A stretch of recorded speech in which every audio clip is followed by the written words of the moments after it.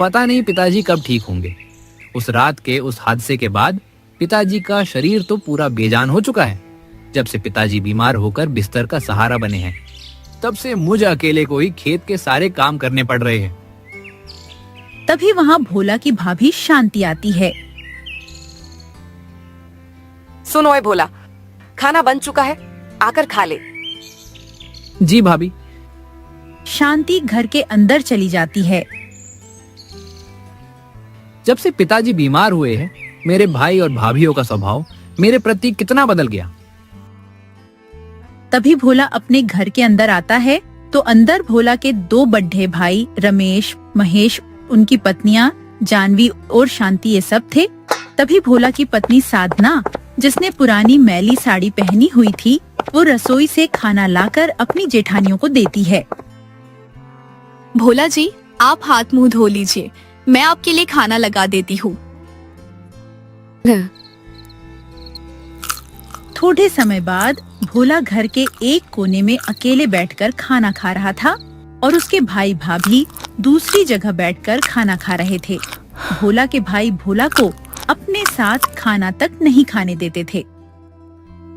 जब से पापा जी बीमार हुए हैं, तब से इस घर में भोला जी और मेरी हैसियत नौकरों की तरह हो चुकी है। जेठ जी इन्हें अपने साथ खाना भी नहीं खाने देते। भोला के दोनों भाई पढ़े लिखे थे और एक प्राइवेट कारखाने में नौकरियां करते थे। वो भोला से बहुत नफरत करते थे और भोला अनपढ़ था। वो हमेशा अपने पिता के साथ अपने खेतों में खेती करता था।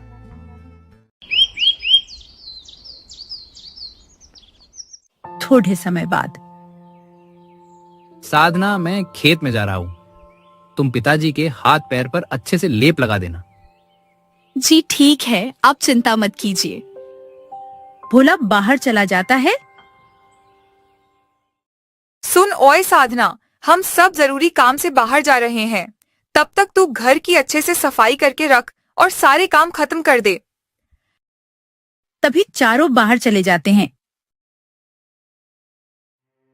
हे मेरे खाटू श्याम जी, मेरे पति सारा दिन कितनी मेहनत करते हैं। पापा जी के बाद खेतों की सारी जिम्मेदारी उन्होंने ही संभाल रखी है। फिर भी दोनों जेठ जी भोला जी से इतनी नफरत क्यों करते हैं? थोड़े समय बाद साधना अपने पापा मनोहर के कमरे में आती है। मनोहर बेड पर जिंदा लाश की तरह पड़ा था। इसके पूरे शरीर पर पैरालाइज्ड हो चुका था, जिसके चलते मनोहर बात भी नहीं कर पाता था। पापा जी, आप कब ठीक होंगे?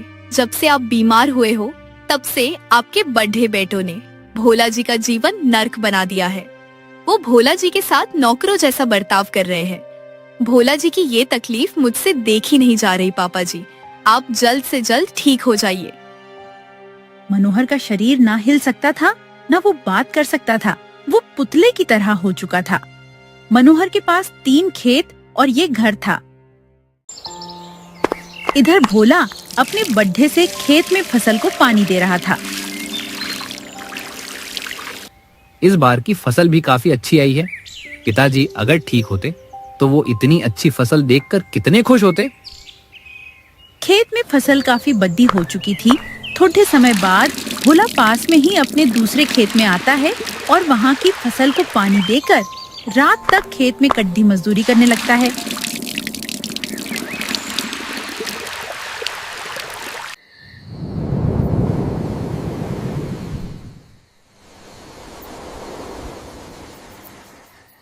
रात का समय था। भोला और सब घर में थे। साधना, खेतों में फसल काफी बड़ी हो चुकी है। रात के समय अगर जंगली जानवर खेत में घुस गए तो वो सारी फसल खराब कर देंगे। जी, ये तो चिंता की बात है। तो अब क्या करें?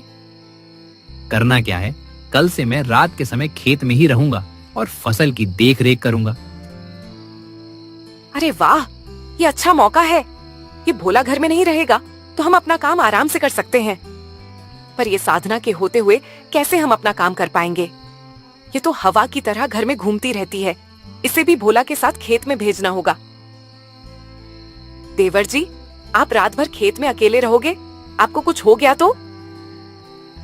मुझे क्या होगा भाभी, मैं तो पहले भी रात के समय खेत में सोता था। हाँ, पर जंगली जानवर है, उनका क्या भरोसा। और वैसे भी आप रात भर खेत में अकेले रहकर बोर हो जाएंगे। इससे तो अच्छा आप साधना को भी अपने साथ ले जाना। दोनों साथ रहोगे तो आपको भी अच्छा लगेगा। हाँ हाँ बिल्कुल, साधना तुम्हें देवर जी के साथ जाना चाहिए खेत में। ठीक है जेठानी जी, मैं जाऊंगी भोला जी के साथ। अगले दिन रात में भोला और साधना खेत में चले जाते हैं। इधर रमेश, महेश, शांति और जानवी ये चारों मनोहर के कमरे में खड़े थे।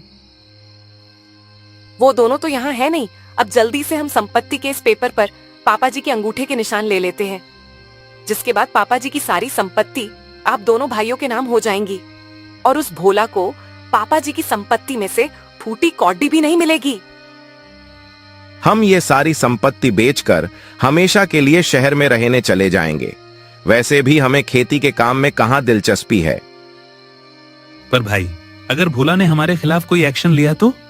क्योंकि वो हमारा भाई है और कानूनन पिताजी की संपत्ति पर भोला का भी उतना ही अधिकार है जितना कि हमारा है। अरे भोला अनपढ़ है, उसे कानूनी दांव पेच समझने में सालों लग जाएंगे। महेश जी की बात भी सही है। अगर हम सारी संपत्ति अकेले ही ले लेंगे तो लोगों को भी शक होगा। चारों सोच में पड़ जाते हैं। एक काम करते हैं, गांव के बाहर जो हमारी 3 एकड़ बंजर जमीन है, हम वो भोला को दे देंगे और उसे कहेंगे कि पिताजी ने तेरे नाम वो जमीन किए है। फिर उसे शक भी नहीं होगा। हाँ, ये ठीक रहेगा। तभी रमेश, महेश अपने पिताजी की संपत्ति के पेपर पर मनोहर के अंगूठे के निशान ले लेते हैं और मनोहर को खतरनाक घोल पिलाकर उसके प्राण ले लेते हैं। आखिरकार सालों का संघर्ष अब समाप्त हुआ। अब ये सारी संपत्ति हमारी हो ही गई।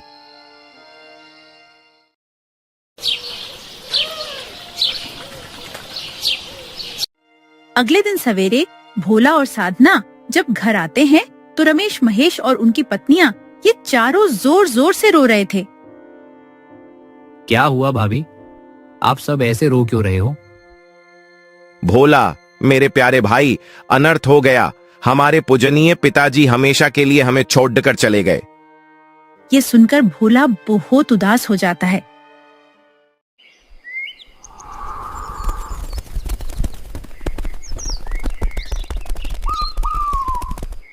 दो दिन बाद सब घर में बैठे थे। भोला, मरने से पहले पिताजी ने अपनी संपत्ति का बंटवारा हम भाइयों में कर दिए हैं। पिताजी ने ये घर मेरे नाम किए हैं और दोनों खेत महेश के नाम किए हैं। और गांव के बाहर जो हमारा तीसरा खेत है वो पिताजी ने तेरे नाम किए हैं। क्या? लेकिन ये कैसे हो सकता है? आप दोनों के नाम इतना सब कुछ और मेरे हिस्से में केवल एक बंजर जमीन। अब पिताजी ने ऐसा क्यों किए, ये तो हमें भी नहीं पता। जैसी वसीयत पिताजी ने बनाई है, हमने तुझे बता दिया। पिताजी ने मेरे साथ इतना बड़ा धोखा कैसे किए? पापा जी ने ये अच्छा नहीं किए। हमारे साथ सरासर नाइंसाफी हुई है। रमेश भाई, मैं और जानवी हमेशा के लिए शहर में रहने जा रहे हैं, तो मैं दोनों खेत बेचकर कल ही शहर जा रहा हूँ। मुझे भी इस गांव में नहीं रहना है। मैं भी घर बेचकर शांति के साथ शहर में रहने चला जाऊंगा। भोला, तू और साधना अपना देख लो। हम कहाँ जाए भाई? अगर घर और खेत दोनों बिक जाएंगे तो मैं क्या करूंगा? अब वो तू देख भाई। चारों अपने अपने कमरों में चले जाते हैं। ये क्या हो गया जी? पापा जी ने हमारे साथ ऐसा क्यों किए? ये बात तो मेरी भी समझ में नहीं आ रही साधना। पिताजी मेरे साथ ऐसा कैसे कर सकते हैं? भोला को पता ही नहीं था कि ये सब उसके भाइयों की चाल है।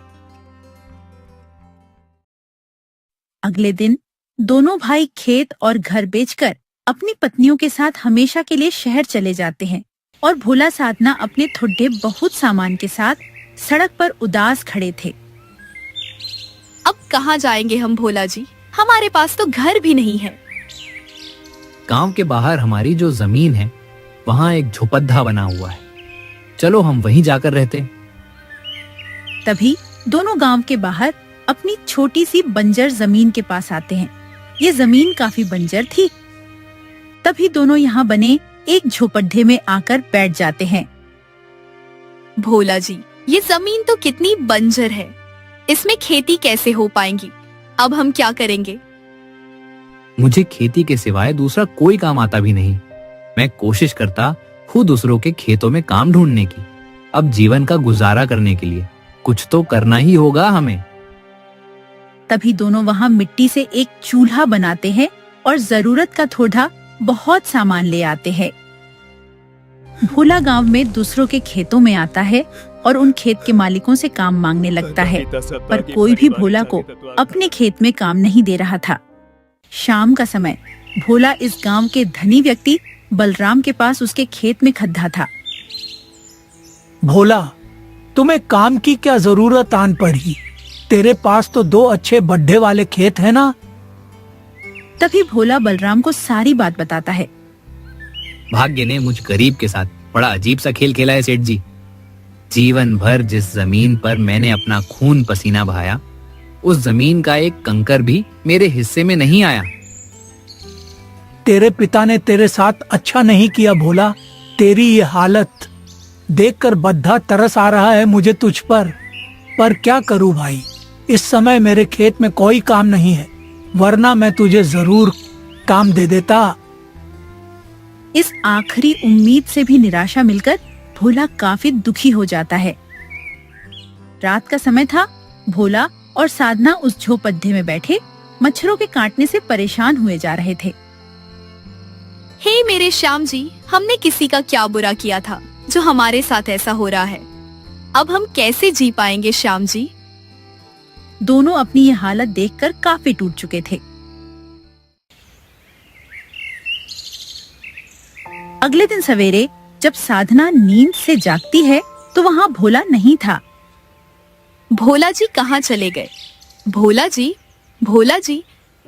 साधना झोपड़े से बाहर आती है तो बाहर उस बंजर जमीन पर भोला खुदाई करके बीज बो रहा था। भोला जी, ये क्या कर रहे हो आप? ये बंजर जमीन है, इसमें खेती नहीं हो सकती। जानता हूँ साधना, पर कोशिश तो हमें करनी पड़ेगी ना। वैसे भी ये जमीन हमसे कोई खरीदेगा नहीं। भोला खुदाई कर करके इस बंजर जमीन में बीज बोता जा रहा था। तभी वो पास के पुराने कुएं से पानी निकालता है और उस जमीन पर डालता जाता है।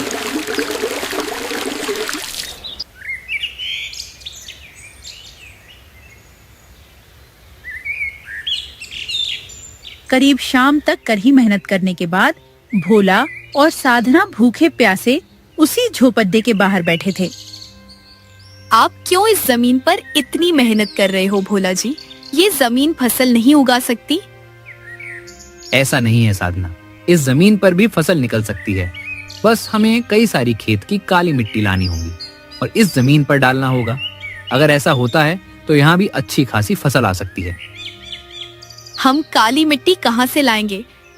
वो तो कितनी कीमती आती है। दोनों आपस में बातें कर रहे थे। इधर शहर में रमेश और महेश दोनों भाइयों के साथ एक भयानक सड़क दुर्घटना हो जाती है, जिसके बाद दोनों भाई कोमा में चले जाते हैं और उनकी पत्नियां अपना सारा पैसा अपने पतियों के इलाज में लगा देते हैं।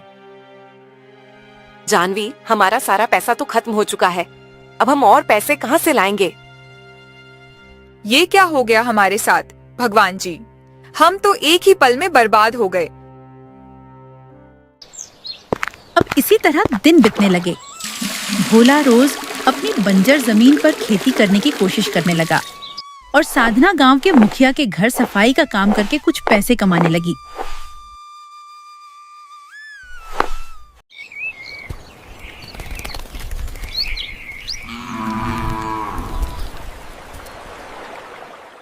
करीब 2 महीने बीत जाते हैं, पर अब तक भोला की इस बंजर जमीन पर फसल नहीं आई थी।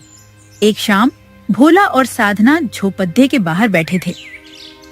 इतने महीनों से मैं इस जमीन पर मेहनत कर रहा हूँ, पर अब तक इस जमीन पर फसल नहीं निकली। मेरे श्याम जी, इस समय मेरी परिस्थिति कैसी है ये तो आप जानते ही हो। अब मैं यहाँ खेती करने के लिए काली मिट्टी कहाँ से लाऊं? मेरे पास तो फूटी कौडी तक नहीं है। भोला के पास पैसा नहीं था कि वो खेती करने के लिए काली मिट्टी ला सके। खेती की मिट्टी काफी कीमती आती है।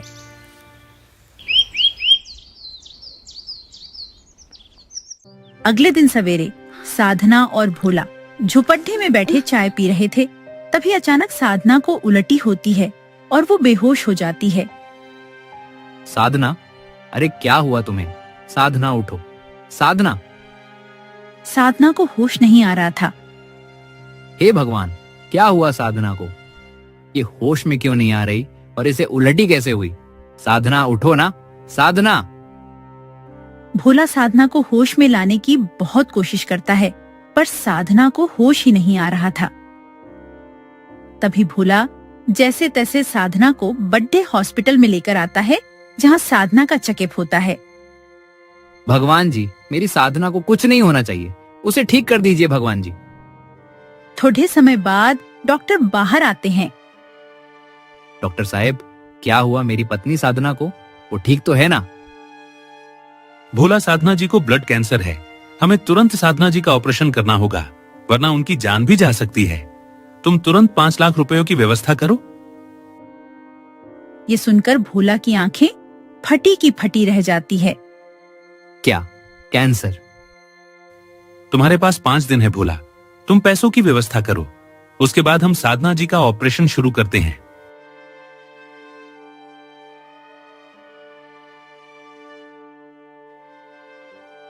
थोड़े समय बाद साधना को होश आते ही भोला उसे घर ले आता है। ये क्या हो रहा है मुंह गरीब के जीवन में? भगवान जी, अब मैं साधना का इलाज कैसे करवाऊं? कहां से लाऊं मैं इतना सारा पैसा? भोला जी, आप परेशान मत होइए, मुझे कुछ नहीं होगा। तभी भोला बाहर गांव में आता है और लोगों से मदद मांगने लगता है, पर कोई भी भोला की सहायता नहीं कर रहा था। शाम का समय भोला अपनी बंजर जमीन पर बैठा जोर जोर से रो रहा था। श्याम जी, आप तो कभी किसी को दुखी नहीं होने देते हो ना, फिर आज मेरे जीवन में इतने दुख क्यों हैं? क्यों आप मेरे जीवन के दुखों को दूर नहीं कर रहे हो? मेरी मदद कीजिए श्याम जी। दोस्तों, यकीनन इंसान की गरीबी उसे जीवन के हर मोद्दा पर काफी तकलीफ देती है। भोला काफी दर्दनुमा आंसू बहा रहा था। तभी भोला के पास एक बुजुर्ग अम्मा आती है। क्या हुआ बेटा, तुम रो क्यों रहे हो? तभी भोला इन्हें सारी बात बताता है तो अम्मा अपने थैले से कुछ बीज निकालकर भोला को देती हैं। बेटा, ये बहुत ही खास बीज है, इन्हें अपनी इस बंजर जमीन के अंदर पैर दे, ये तेरी सारी समस्या दूर कर देंगे। इतना कहकर अम्मा वहाँ से चली जाती है। इन बीजों से क्या होगा? चलो फिर भी अम्मा की बात मान लेता हूँ। तभी भोला उन बीजों को अपनी इस बंजर जमीन के अंदर पैर देता है।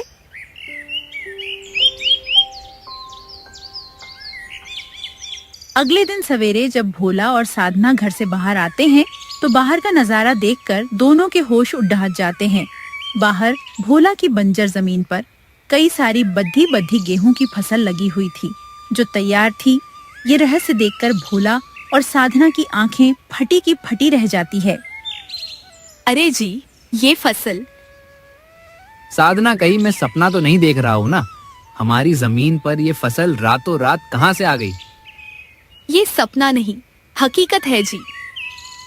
दोनों फसल के पास आते हैं और उसे हाथ लगाकर देखते हैं। अरे साधना, ये तो सच में फसल है। हमारी जमीन पर फसल आ गई। हे ईश्वर, तेरा लाख लाख शुक्र है। ये सब श्याम जी की कृपा है जी। वो अम्मा जरूर भगवान जी का ही रूप थी। उनके दिए उन बीजों से ही इस बंजर जमीन पर फसल आई है। हाँ साधना, बिल्कुल सही कहा तुमने। तभी भोला वो सारी फसल काट देता है, लेकिन फसल की कटाई के कुछ देर बाद ही इस जमीन पर वापस से बड़ी बड़ी फसल निकल आती है। ये चमत्कार देखकर भोला और साधना के होश उड़ जाते हैं। अरे साधना, ये कैसा हो सकता है? यहाँ वापस से फसल कैसे आ गई? कहीं वो बीज सच में खास बीज तो नहीं है जी?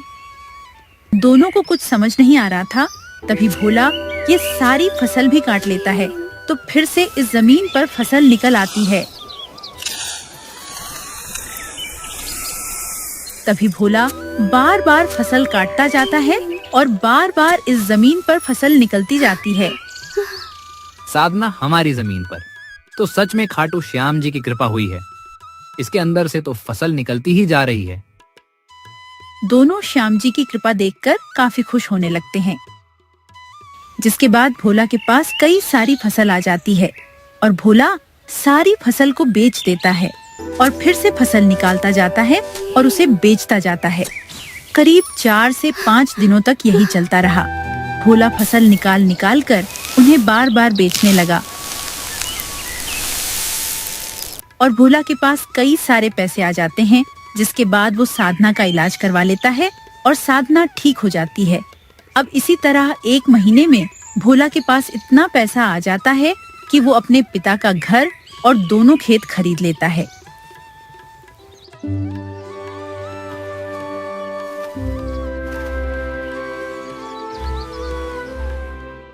एक शाम भोला और साधना घर में थे।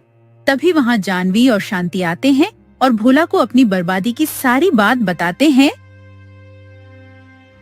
देवर जी, कई महीनों से आपके भाई कोमा में हैं। हम उनका इलाज कर करके थक गए। अब हमारे पास फूटी कौडी भी नहीं बची।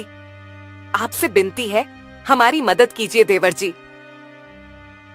हम आपकी मदद नहीं करेंगे जेठानी जी। हमें पता चल चुका है कि आपने और जेठ जी ने धोखे से पापा जी की संपत्ति अपने नाम की थी और हमें वो बंजर जमीन दी थी। आप जैसे धोखेबाज इंसानों के साथ तो ऐसा ही होना चाहिए। निकल जाइए यहाँ से। तभी शांति और जानवी भोला और साधना के कदमों में गिर जाते हैं। ऐसा मत कहो साधना। हम महीनों से अपने पतियों के इलाज के लिए लोगों से भीख मांग रहे हैं। अगर हम जीवन भर भी भीख मांगते रहे तब भी हम उतना पैसा नहीं जुटा पाएंगे जितना हमारे पतियों के इलाज के लिए लग रहा है। साधना, हम मानते हैं कि हमने तुम्हारे साथ बहुत बुरा किया है, पर हमें हमारे किए की सजा मिल गई। साधना, हम पूरी तरह बर्बाद हो गए हैं। साधना, हमारी सहायता करो। दोनों साधना और भोला के सामने रोने गिड़गिड़ाने लगते हैं। नहीं, हम तुम्हारी सहायता नहीं करेंगे। निकल जाओ यहाँ से। नहीं साधना, हम इनकी सहायता जरूर करेंगे। भले ही ये लोग हमें अपना नहीं मानते, पर हम तो इन्हें दिल से हमारे अपने मानते हैं ना। ये हमारे अपने हैं साधना, और हमें इनकी सहायता जरूर करनी चाहिए। भाभी, मेरे दोनों भाइयों को कुछ नहीं होगा। अब उनका इलाज मैं करवाऊंगा। ये सुनकर शांति और जानवी खूब रोने लगते हैं। फिर क्या था, भोला अपने पैसों से अपने दोनों भाइयों का इलाज करवाता है, जिसके बाद रमेश महेश ठीक हो जाते हैं और भोला उन सबको अपने घर में लेकर आता है। जिसके बाद दोनों भाई भोला के साथ हंसी खुशी रहकर अपना आगे का जीवन बिताने लगते हैं। इस प्रकार की मजेदार कहानियों को सुनने के लिए हमारे चैनल अक्कू टोन को सब्सक्राइब करना ना भूलें।